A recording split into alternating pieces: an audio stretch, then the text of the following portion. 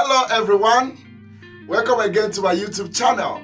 So today what I've been trying to do is, because I know that a lot of you have been asking me questions. I'm so sorry that it's not that I'm ignoring any of you guys, but I have got so much that I'm doing. But anyway, today I try to make a few videos in line with what I've been asked. Okay, I've been asked, someone went for an interview and they asked the person about blood transfusion in recent times, okay, is done remotely, whether the person can discuss it. So I think I've already made a video on that, but I'm going to highlight it more. Okay, so I'm going to be talking to you guys about remote blood transfusion.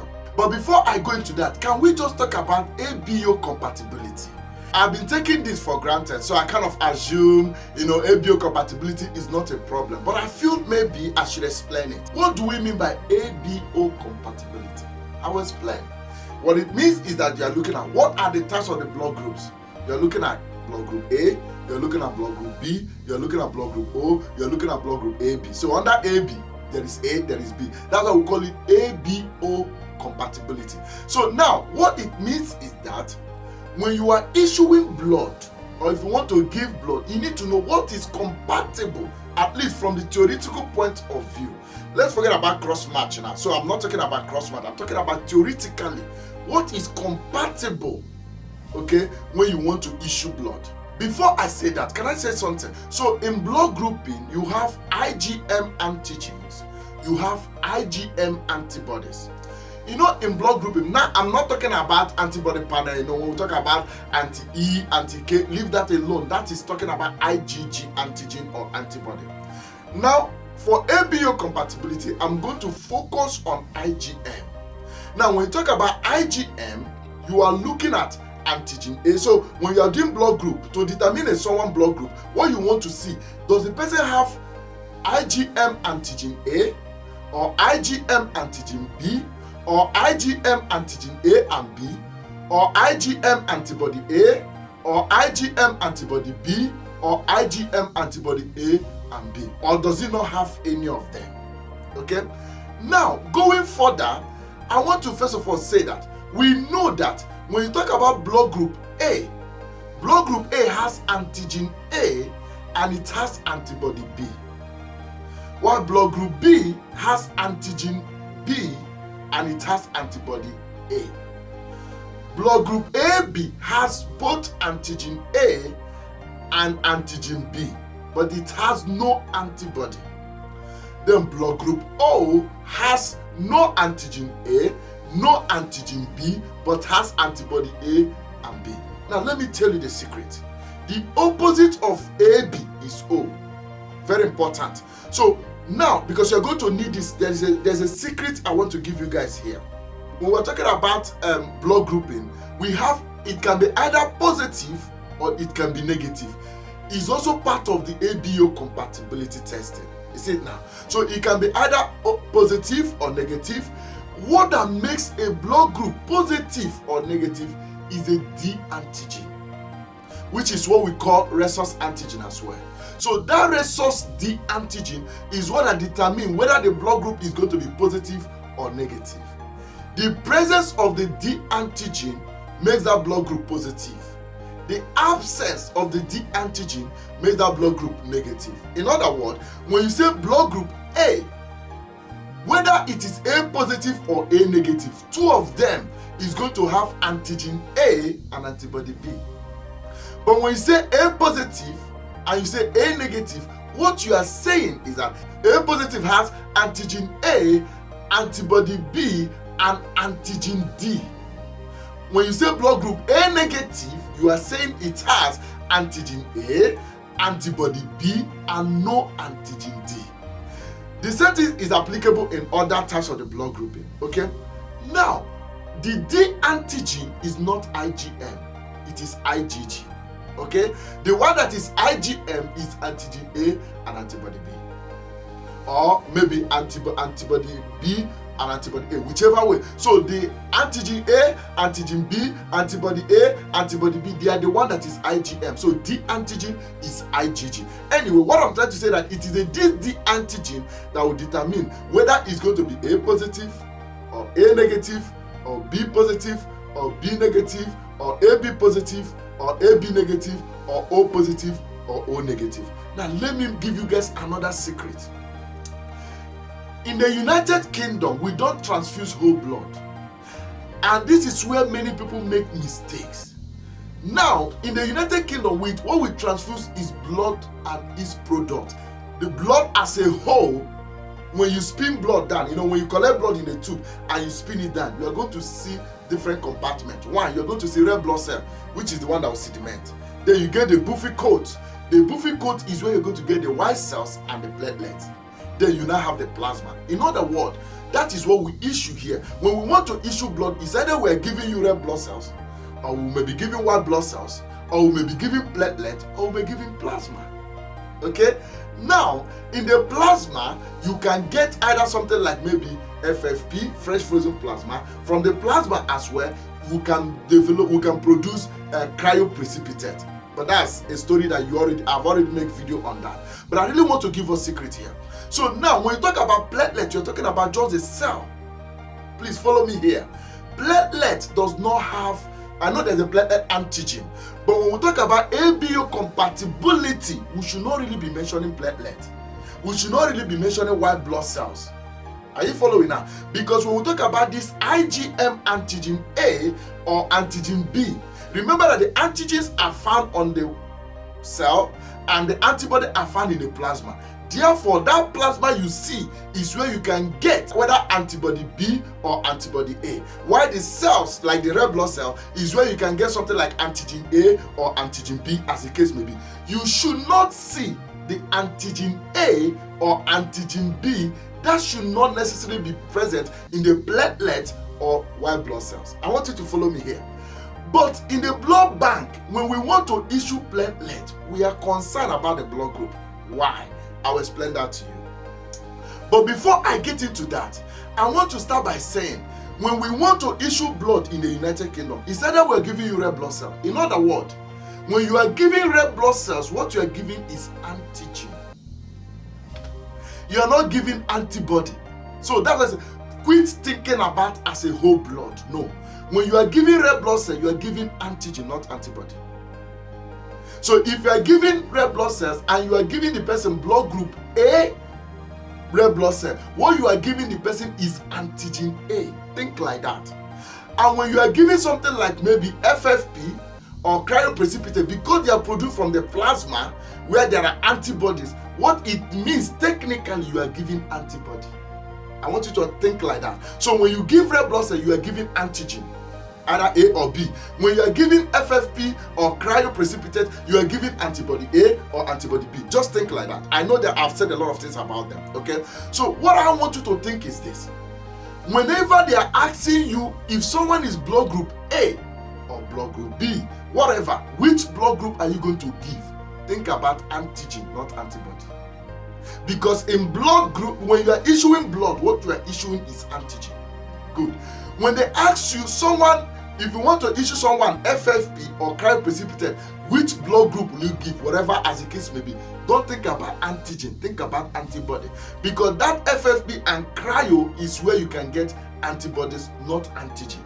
Are you following now? Now, let me also talk about the platelet. Platelet should not have antigen A, it should not have antigen B, it should not have antibody A, it should not have any of those. But when we talk about platelet transfusion here, we are worried about antibody. Why? Because remember, the platelet being a cell can be activated. If platelets stay one place, okay, if you just leave platelet, it will just be activated. And that activate will now start forming aggregates. Are you following? In order to preserve the platelet, it will then be immersed or mixed with plasma. In other words, the plasma will then preserve the platelets. Are you following? Okay? Because of the plasma preserve the platelet, that is why, because there is antibody in the plasma, that is why when we want to transfuse someone with platelet, we start thinking about the antibody. Because of that antibody will come from that plasma that we are using to preserve that platelet. Do you understand this now? If not that we are mixing the platelet with the plasma, we should not worry about the antibody as we worry when we talk about the platelet transfusion. I hope I've made that clear. So when it comes to that, that is the way you're supposed to think. Okay, so when you talk about the blood, giving red blood cells antigen, when you talk about giving FFP or cryo antibodies, when you talk about platelets, you are thinking about antibody because they mix it with the plasma to help it to be floating. Because if that is not done, it can lead to what? The platelet being activated. So you don't want the platelet to be activated, you want it to be floating. That's why they mix it with the plasma, and because they mix it with the plasma, that's why we are now worried about the antibody. Okay, I hope that makes sense. Now, what I want you to know, another secret I want to give you again in ABO compatibility, because I want you to understand ABO compatibility looks simple, but I feel I should give you guys this secret to make it even simpler. Because sometimes people have gone for an interview and they are confused.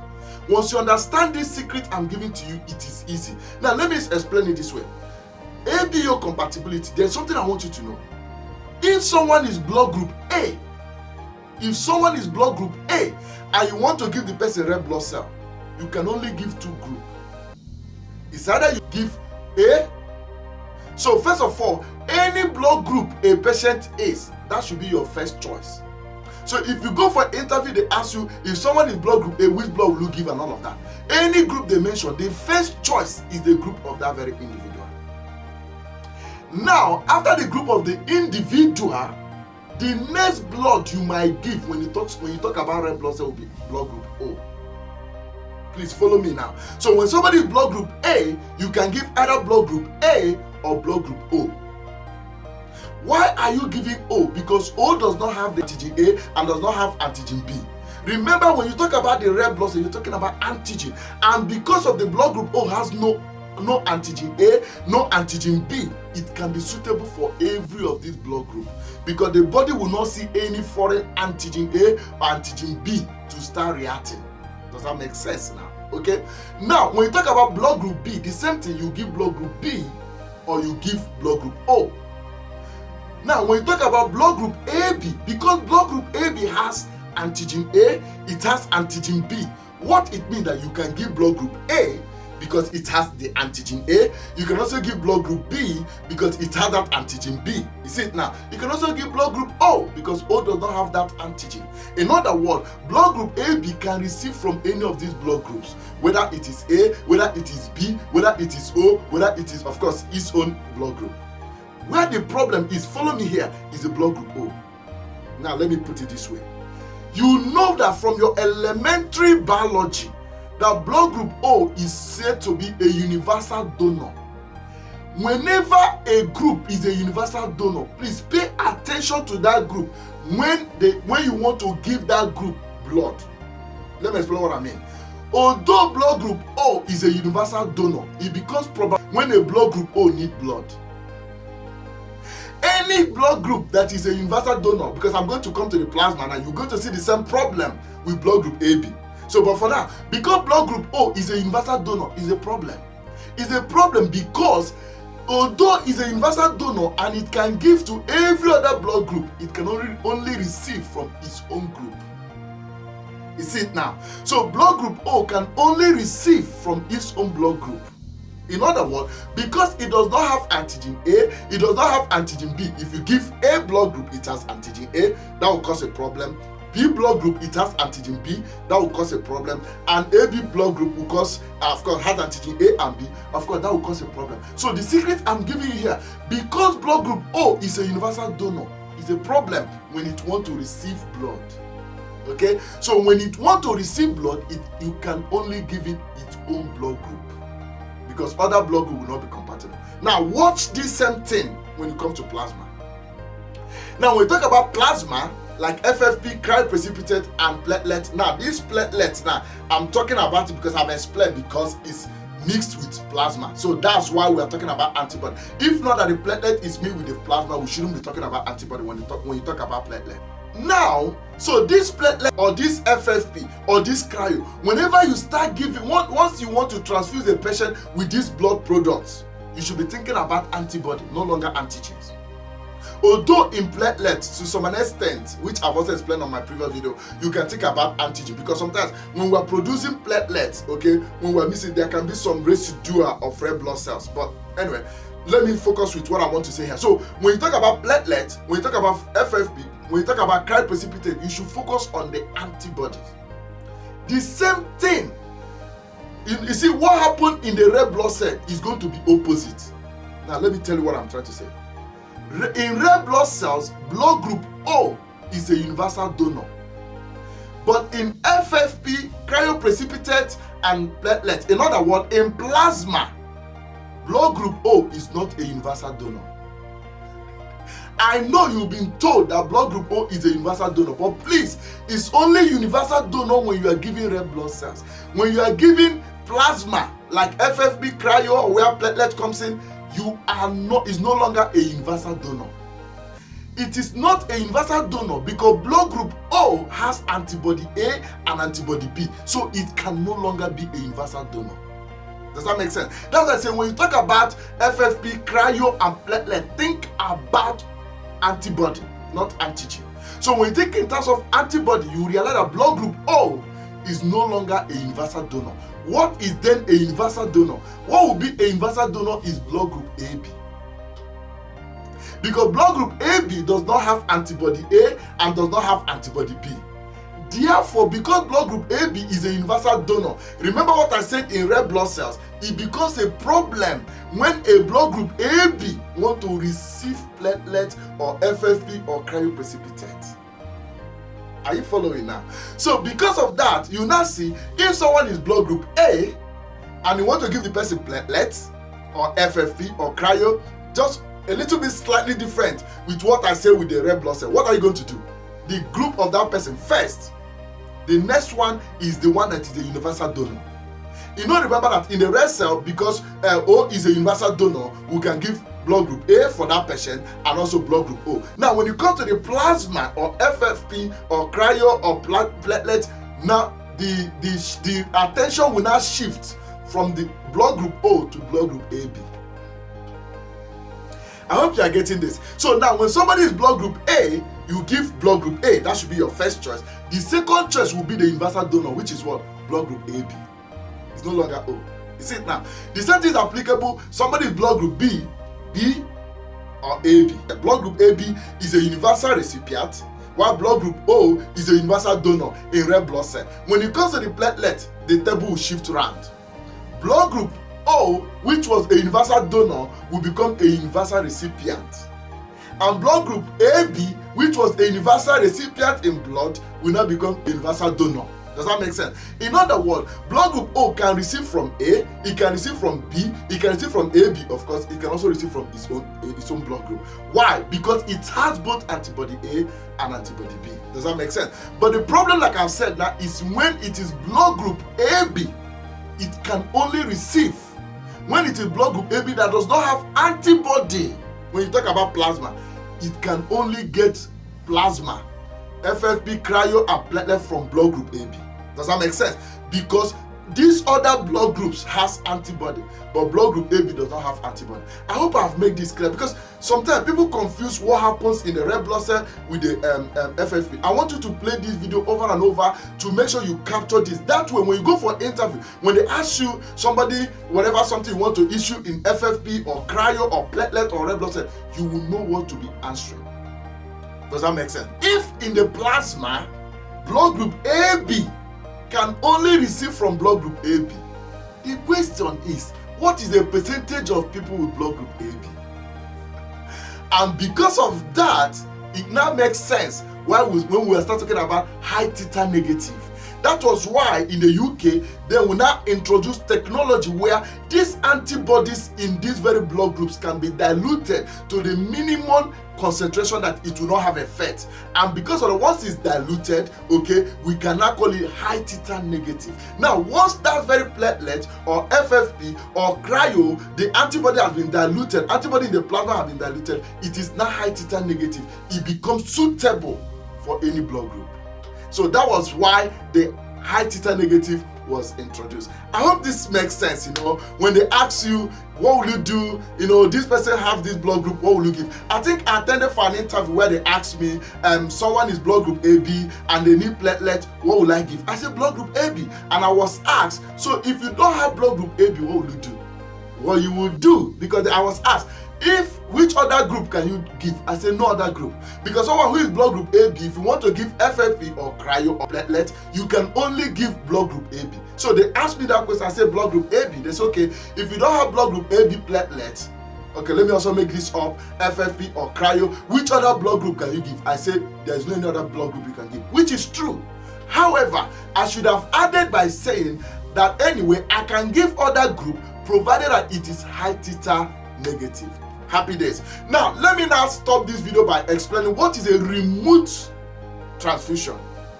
When you talk about remote blood transfusion, what are you talking about? You are not there. So let me say this. There's a lot of things that is involved. I think I made this video when I was talking about MHRA guidelines, something like that. I've forgotten where I said it, but I did say something like that. Think about it this way. Now, if you go to the A&E, so maybe theater, we have emergency fridge. Basically, we have a fridge where we issue O negative there. If you go to the maternity unit, you have fridge as well, side fridge that have O negative there. Okay, what am I trying to say? There are some ward that has side fridge where we issue O negative there, just in case of emergency, whereby they don't need to come to the lab, they don't need to tell us, they can even use it without us knowing. They just need to tell us after they've used it. Does that make sense? Okay, and sometimes they may not even tell you, and you go to the fridge to check whether the blood is there, you find out it's being used. That is remote. You are not there. Okay, so what it means is that we have used our laboratory information management system, we have issued the unit, and put it in each of these very wards. Okay, that is remotely done. Does that make sense? And remember, at that time we don't have any patient name on it. We just call it emergency blood or emergency issue, as the case may be. So you put it in this very side fridge. So for you to do remote transfusion, a remote blood transfusion, it will require your laboratory information management system. Okay, so you are going to use your laboratory management system to issue that emergency blood and place it in each of the very side ward, okay, that can make use of that very blood, like O negative, in a case of emergency. That is a remote blood transfusion. Another way you can look at remote blood transfusion is where, for example, maybe is a hospital, maybe you are working in hospital A and you want to issue a blood that can be used in hospital B. So when you issue that blood in hospital A, you put all the whole detail of the patient, everything, like I've said in my previous video. Then when you put it there, okay, now then you can even call a taxi or a transport person to come and pick this blood, and they will come and pick this blood and transport it to another hospital where it can be used. Now, although you may have communicated on the phone, but you are not there, is remotely. Okay, so they will check everything. Once everything that you've put in your own hospital, all the details that is on that label, okay, matches the patient, they can transfuse the patient that blood without even bothering you. They can only call you and say and query that blood if the information on that very tag is different from the patient they want to transfuse. Now, it may also interest you to know that you might have a hospital A providing blood for hospital B. So this hospital A again can use laboratory information management system and issue emergency blood and place it in another hospital. And those hospitals, in a case of emergency, can use this blood even without telling the hospital that issued it. Does that make sense? So when you talk about blood transfusion occurring remotely like that, okay, that is called remote blood transfusion. I hope this makes sense. Anyway, I've tried to link the ABO compatibility with this very remote blood transfusion just to put the videos together. And of course, in looking at that remote transfusion, if you are issuing blood, if you understand the ABO compatibility, you then know when you want to issue blood that can be used remotely in a case of emergency, it has to be blood group O. Okay, why is it blood group O? Like what I've explained. Okay, and of course you can also issue group specific when they require a blood for a specific patient and you have a current group and there's no history of antibody. Of course you can do electronic issue, or you can do a serological cross match if there's a historic antibody. Anyway, so here you go when in terms of ABO compatibility and remote blood transfusion.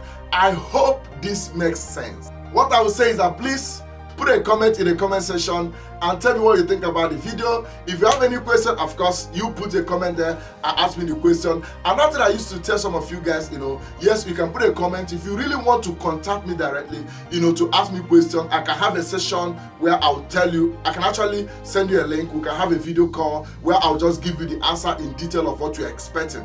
All you need to do is just to contact me on LinkedIn, and I'm more than happy to do that. Please, can I ask you to like, share, subscribe? Thank you very much, and all the best. Let's see you again. Bye.